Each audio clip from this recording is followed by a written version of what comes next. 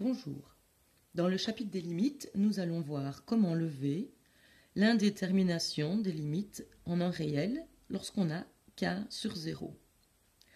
Donc voici une limite en un réel, limite lorsque x tend vers 2, de 3x carré plus 5 sur x carré moins 4. Je vais donc remplacer par x par 2,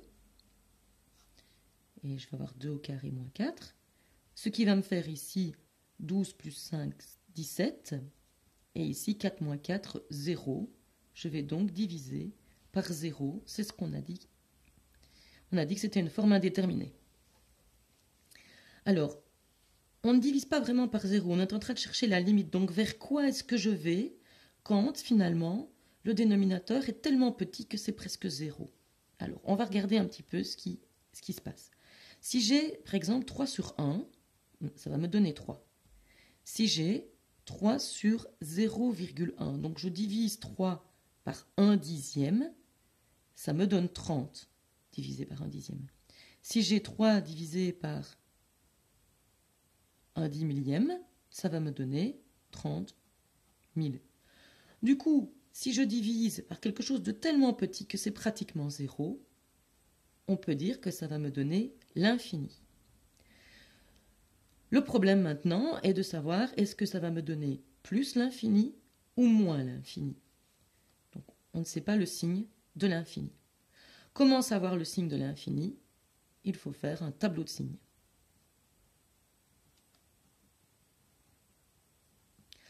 Alors, quel tableau de signes faut-il faire? Ici, un tableau de signes du dénominateur serait suffisant, puisqu'il faut qu'on sache le signe de cette partie-ci. Il faut qu'on sache si c'est plutôt positif, plutôt négatif, pour savoir ce qu'il faudrait mettre ici. Le numérateur dans ce cas-ci est positif, on sait son signe. Il pourrait être négatif, mais on sait son signe. Ce qui est plus embêtant, c'est ici, puisque 0, c'est une limite. Est-ce qu'on arrive plutôt à 0 par le négatif ou par le positif? Il faudrait savoir. On va chercher la racine du dénominateur.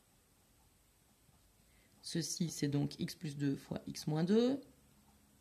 Donc si on cherche la racine, ça veut dire que c'est égal à 0, ce qui veut dire qu'on va avoir x qui est égal à moins 2 et x qui est égal à 2.